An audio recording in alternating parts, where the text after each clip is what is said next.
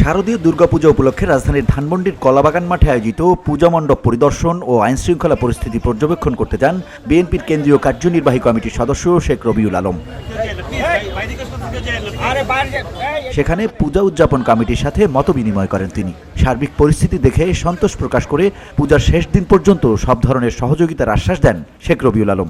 এ সময় সনাতন ধর্মাবলম্বীদের মঙ্গল কামনা করেন তিনি। সনাতন ধর্মাবলম্বী ভাইরা এখানে পূজা উদযাপন করতেন এই কলাবাগান মাঠে ঐতিহ্যগতভাবে চলছে, দীর্ঘদিন ধরে চলছে। গত 3 বছর বা 4 বছরের মতো হবে সেখানে তাদের আয়োজন করা যাচ্ছিল না। আওয়ামী লীগ সরকারের সময় সেটা পারা যাচ্ছিল না, কারণ আমরা আর বুঝতে চাই না।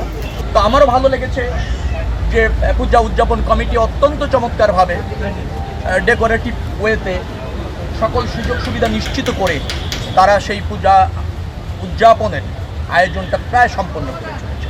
আগামীকাল থেকে মনে হয় আনুষ্ঠানিকভাবে শুরু হবে। আমরা আপনাদেরকে স্বাগত জানাই। আপনারা চমৎকার পরিবেশে আপনাদের ধর্মীয় আচার অনুষ্ঠান যেগুলি আছে সেগুলি সম্পন্ন করবেন। আমরা আপনাদের ভাই বন্ধু হিসেবে আপনাদের পাশে আছি, সহযোগিতা আছে। স্বাধীনভাবে স্বতন্ত্রভাবে করবেন, নির্ভয়ে করবেন এবং আমাদের সার্বিক সহযোগিতা রয়েছে। সার্বিক পরিস্থিতি জানতে কথা বলেন আইনশৃঙ্খলা বাহিনীর সদস্যদের সাথে।